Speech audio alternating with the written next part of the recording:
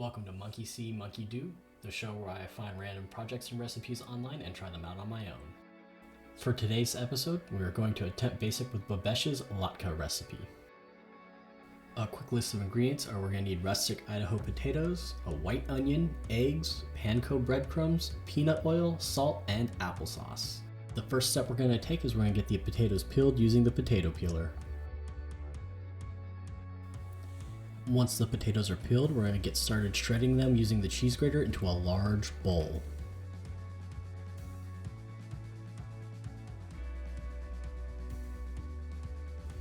Once we've shredded all the potatoes, we're going to go ahead and get that white onion and shred it into the same bowl as well.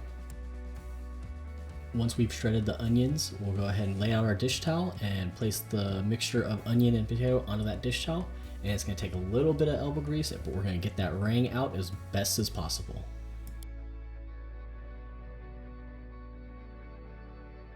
Now that we've wring out the potato onion mixture, we're going to go ahead and get that binder prepared.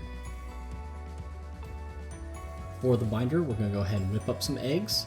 We're going to drain off the liquid from the starch in the bowl. The starch is going to be that gooey substance at the bottom of the bowl that we use to drain the potatoes. Gonna mix those together, and then we're gonna go ahead and pour in the panko into the potatoes along with the binding mixture.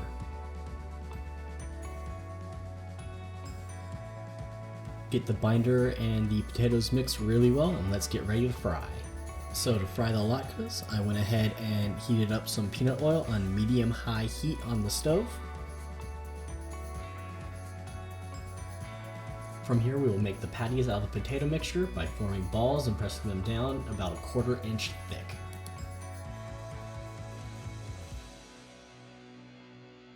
Let the latkes fry for a couple minutes on each side until the edges are golden, crispy brown, and go ahead and put them onto our draining rack. After the latkes are done frying, lightly salt them and you can dip them in something like applesauce. Okay, to evaluate this dish, I'm going to go ahead and go through a couple of categories and we'll rate everything 1 through 5, 1 being the easiest or simplest or least complicated, to 5 being the most difficult, hardest, most complicated thing you can have done in the kitchen. So first off, let's go with the difficulty of the dish. It's a very easy dish. Prep is very easy. And there's no special techniques or anything that you need to know to get this done right.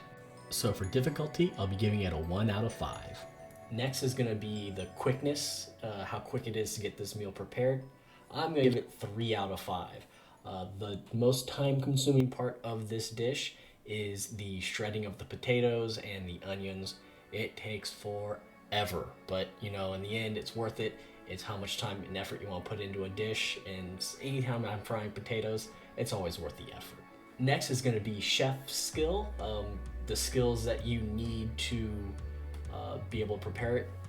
Again, like same thing with the difficulty. There's not a lot that's needed as far as skilled chef work, knife work, anything like that. Probably the most complicated part of this is kind of knowing when things are done frying, and that can be a little tricky if you've never done it before. So for skill, it's going to be a 2 out of 5. And the last category, which is one of the more important categories for me, is the cleanup. Cleanup is one of the things that drives me nuts in the kitchen.